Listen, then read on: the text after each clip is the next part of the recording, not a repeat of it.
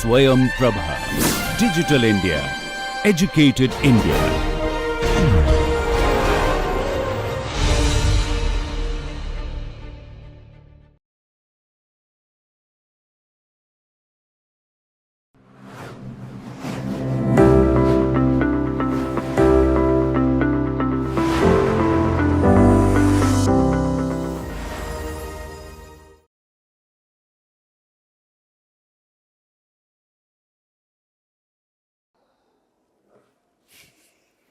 Hello everyone.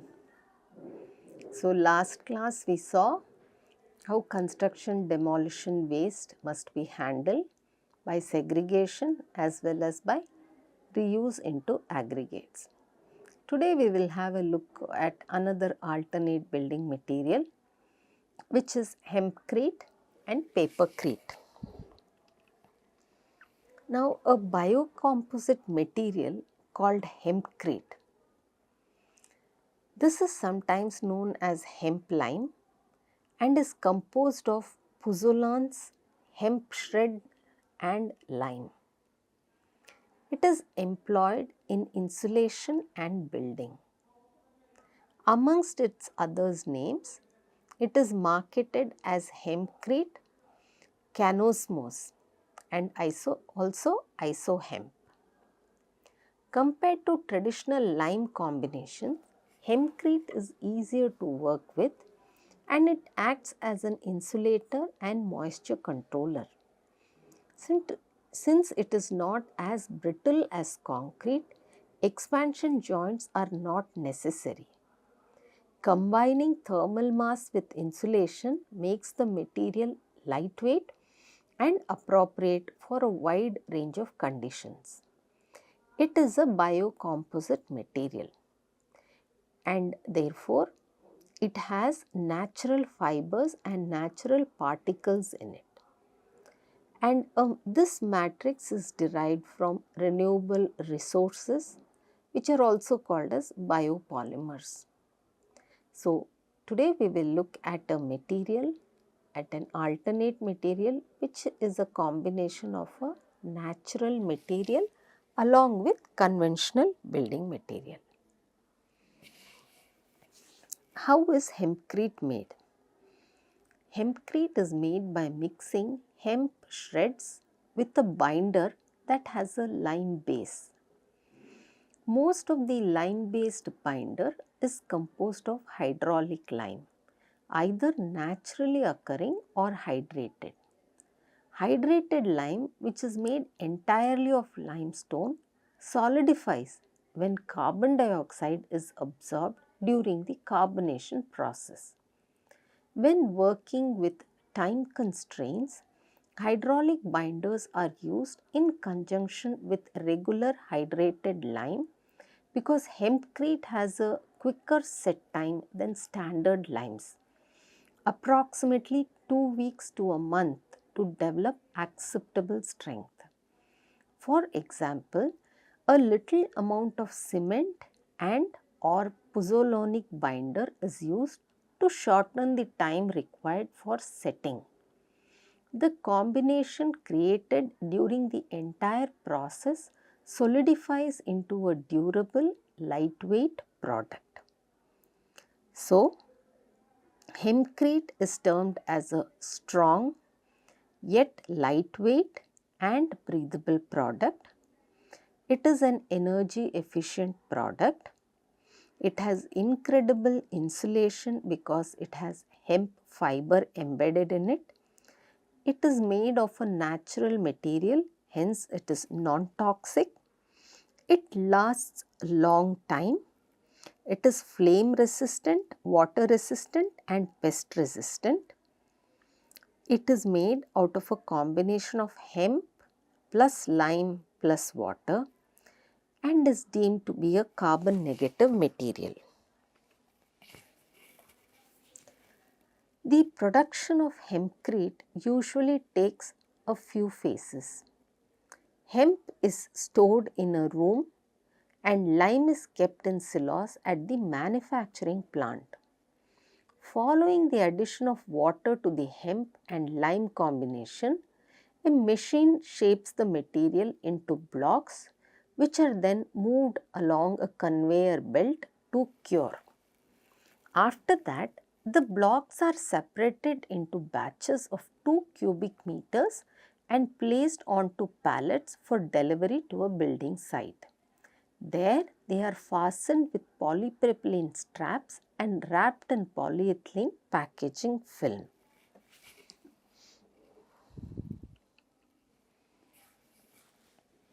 Let us look at the applications of hempcrete. Hempcrete has been used to construct non-weight bearing insulating infill walls in France since the early 1990s and more recently in Canada. It is supported by the frame and lacks the requisite strength to be used as a foundation. Additionally, hempcrete was used in the renovation of historic stone and lime based buildings. France continues to utilize a lot of hempcrete and their need for it is growing every year.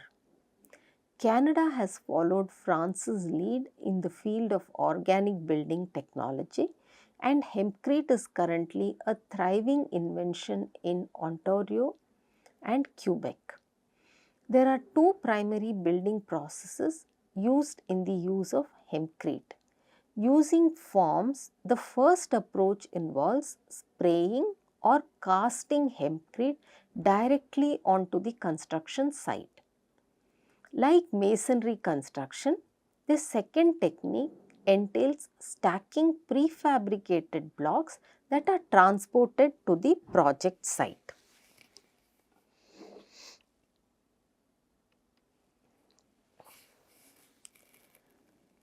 If we talk of the durability of the material, as mentioned previously, hempcrete concrete is thought to be resistant to mold and insects due to the lime's alkalinity. Despite this, a lot of microorganisms can survive in an alkaline environment. Despite constant efforts to keep them moist, the bacteria frequently dried out and died over the 7-month testing period following inoculation. 2 months after the first immunization, the bacteria died. None of the concrete showed any symptoms of degradation even after a large scale inoculation of bacteria and multiple inoculation in response to population decrease. This is a result of either an unsuitable environment or a lack of readily available nutrients to support growth. However, in India, if hempcrete is to be used, it can be used in places which are very dry and therefore would have no chance of algal and bacteria growth. Let us now look at the thermal properties. Compared to concrete, which has an R value of 0.1 to 0.2 per square inch, hempcrete has an R value of 2.4 to 4.8 per square inch. Hempcrete can also attain a greater R value than cotton and fiberglass bats, whose respective R values are only 3.8 and 3.7 at best.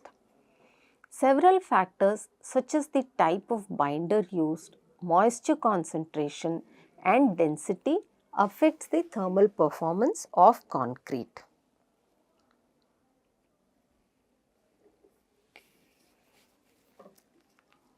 One of the most important aspects of study of a material for this course is its environmental impact. So let us look at its environmental impact in detail. Let us look at its carbon storage capacity.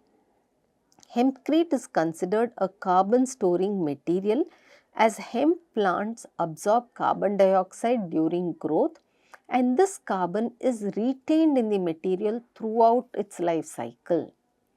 Hence, it acts as a package to store carbon. When we look at its carbon uptake, Over the net life cycle of hempcrete, it is estimated to capture between 1.6 and minus 79 kg carbon dioxide equivalent per meter square, with an increase in carbonate content as the block ages. Let us look at its binder impact. The environmental impact of hempcrete is primarily influenced by the manufacturing of the lime binder, which involves calcination at high temperatures, contributing to initial emissions.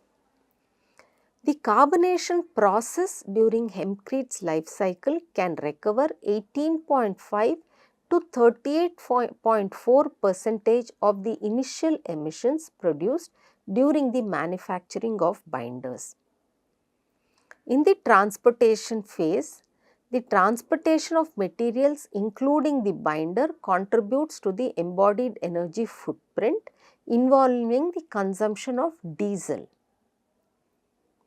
Diesel consumption in the operation of machinery must also be considered, and further this contributes to environmental footprint.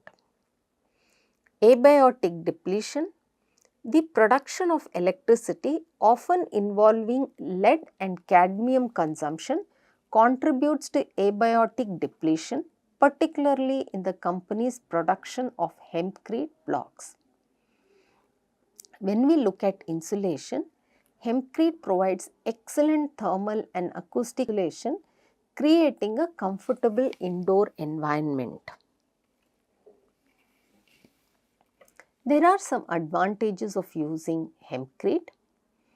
Hempcrete is a non-toxic construction material. Since hempcrete requires fewer pesticides and herbicides than other building materials, less harm is done to the environment from the use of chemicals on the fields. As the building cools, heat is gradually released from the thermal mass of the hempcrete wall. The only construction material that can take carbon from the air is hemp. So, when you open a window, all of your heat won't escape immediately. Other insulating options, including fiberglass, have a high carbon footprint. There are certain limitations of this hempcrete. A lot of fertilizer must be used on the crop, which could harm our ecosystem. There aren't many architects or builders who have knowledge about this product. Besides, hempcrete can increase a home's total cost by 8 to 12% upfront. It's not always as easily available as conventional building materials like concrete or steel. Now let us look at papercrete as a material. Now, how is papercrete made?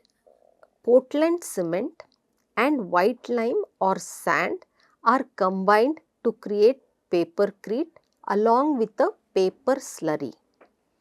This becomes a composite or a hybrid material. Paper trash of any kind may be disposed of appropriately. Just add it to a basin of water and let it soak for a full day. Included waste paper in a waste basin. After that, use a mixer to stir the slurry for 10 minutes. Then drain any extra water. A ratio of 1:0.5:4 is advised for Portland cement, white lime and paper sludge. As necessary, add water to the mixture to make it workable. This is not suitable for projects involving structures or structural members. It has been discovered that walls that are not used for support offer superior sound absorption and lower thermal conductivity. Let us look at the manufacture. Cardboard, newspapers, magazines, books, junk mails are commonly used and may be added dry or pre-soaked depending on the mixing equipment being used. Aggregate, either coarse or fine, typically sand is used depending on the required strength. Cement or clay is used to bind the mix together, providing strength and rigidity. Water is used in appropriate proportions. The mixing process uses a device with a sharp blade to chop the waste paper and combine it with water and the binding agent, which is cement or clay. Many individuals create their own machinery for efficient mixing. Once successfully combined, the slurry is formed and the resultant slurry can be pumped into slip forms or added to molds. The molding blocks can be leveled off and smooth the mixture within the molds to form building blocks. The blocks must be kept in the mold for approximately 30 minutes to allow excess water to drain. These blocks must be cured for 3 to 4 days, and this curing process is crucial for the blocks to gain strength and stability. Let us look at the properties of papercrete. Papercrete has good insulation properties and they have superior qualities to work as thermal insulants. The material is insulated against heat transfer by the air pockets the paper fibers form. These are extremely lightweight products as compared to conventional concrete. So, papercrete is substantially lighter and it is simpler to handle, simpler to move and simpler to operate when it has this feature throughout the building. It is a low density material as a result of its composition, and this can be helpful in earthquake zones and is good for lowering the overall weight of these structures. Papercrete is fire resistant in the sense it has intrinsic fire resistant qualities, although not being able to be completely fireproof. The material gains its fire resistance from the cement component of the papercrete. Papercrete can be easily worked with and is pliable. It can be utilized for a variety of building purposes and molded into different shapes. It's a very sustainable material. So, papercrete is an environmentally friendly alternative because it contains recycled paper in its combination.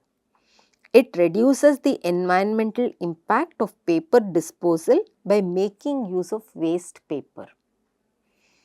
Papercrete has good insulation properties because its composition also offers good sound absorption. It has the potential to effectively lessen noise transmission inside a building. It is resistant to mold compared to conventional building materials. It has better resistance. Portland cement's alkalinity prevents the growth of mold and fungi. Because papercrete is permeable to vaporized moisture, buildings can breathe, and this can help control the amount of humidity in the building. Papercrete is customizable as its composition can be changed to obtain various qualities. Strength and durable properties, for instance, can be altered by including more fibers or chemicals. It also has load-bearing capacity. Papercrete's comparatively low compressive strength limits its usage in some structural applications as a load-bearing material. There are certain pros and cons of using this material. The raw material needed to make papercrete are abundant and inexpensive. And that is a huge advantage we have because there is no dearth of raw materials. You don't need any specialist equipment to produce the mix and form blocks. They can be easily done in your own way. Papercrete has excellent heat and sound insulating properties. It is very lightweight and it's far lighter than concrete. It has high compressive strength. Fasteners such as screws are generally able to be used without the risk of cracking the structures. The material is very malleable and can easily be formed to make blocks, sheets and panels. Papercrete does not catch fire that easily, and when it does, it tends to smolder for hours together. When compared to, say, wood, the spread of papercrete fires tends to be confined to a smaller area and less damaging. Adding more cement and mineral material increases its fire resistance. Let us look at its limitations. As expected from a paper-based material, papercrete offers poor moisture resistance. If exposed to water for prolonged periods, it can begin to break down. It can easily act as a wick to extract moisture from the ground across the building structure. Mold can develop if the material remains warm and moist at the same time. It can easily expand and contract, leading to cracks and buckling. It offers poor tensile strength. Over doors and windows, additional and more traditional support is often needed in the form of wood or concrete. Let us compare it with respect to other building materials.